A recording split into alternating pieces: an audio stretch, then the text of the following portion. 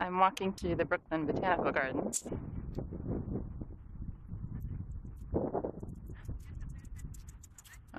Let's try this way.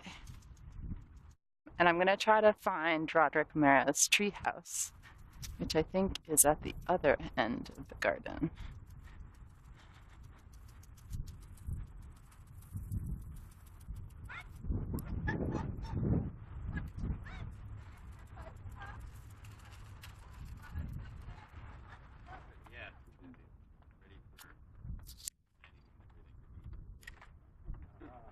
Excuse me, have you heard of the treehouse? Oh, the Do you tree. know?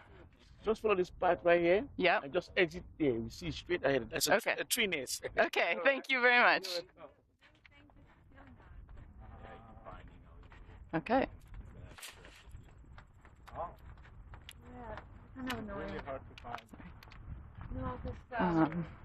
Yeah, like you said, it's kind of more like a tree nest than a tree house. Or at least that's what it's being described as. 'Cause I think it's on the ground and not in the tree. Let's see.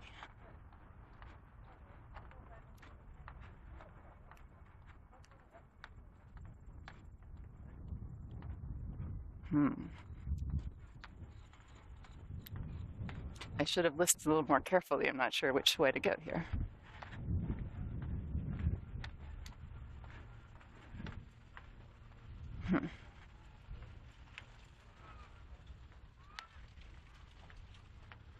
We'll try this. Okay, so I think it turns out that I actually did go the right way because I'm seeing just a little bit of it.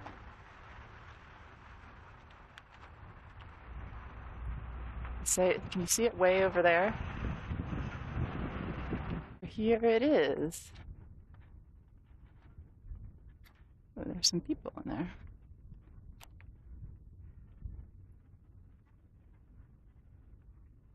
Just try walking around the outside first. I guess I have to climb up on this rock. This is an outdoor installation that was made by an artist who I guess is well known for building treehouse sort of sculptures, installations. But usually they are actually in a tree, but in this case, after Hurricane Sandy, many trees, fell down and were broken by the hurricane. And even there were still some left over from Irene. I think that probably suffered even more during Sandy. And so the idea behind this work was to use the trees that had been felled by the storm. So my understanding is that there are about 50 different kinds of trees that make up this artwork.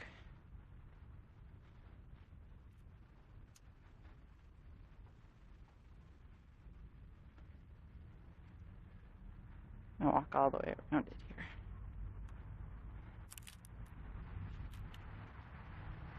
I like how this side is all sort of wild and kind of like twiggy. And the other side is kind of more substantial.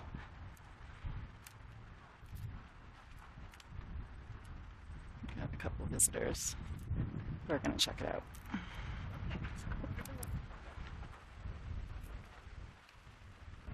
Let's see what this maybe tells us about it.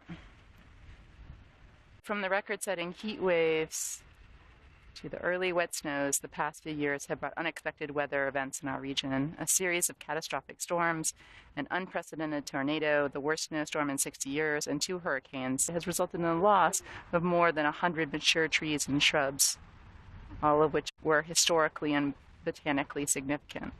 The garden is trying to adapt to the shifting weather patterns through careful planning projects that include water conservation, plant research, and public education. Okay, unfortunately, that doesn't really tell us much about this project. Here we go.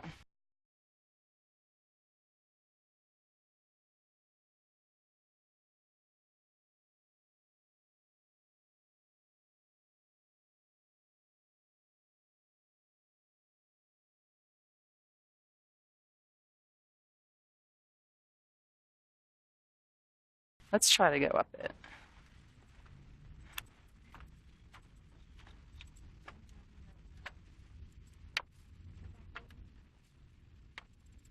That's cool. It's sort of like a platform.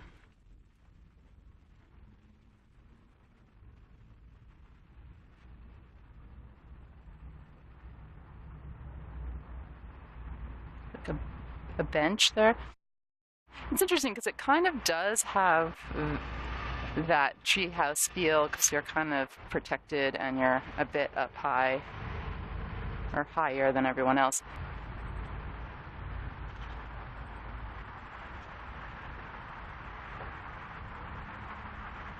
But instead of being a traditional treehouse, like I said before, in the sense that it's a treehouse in a tree, it's a treehouse made of trees.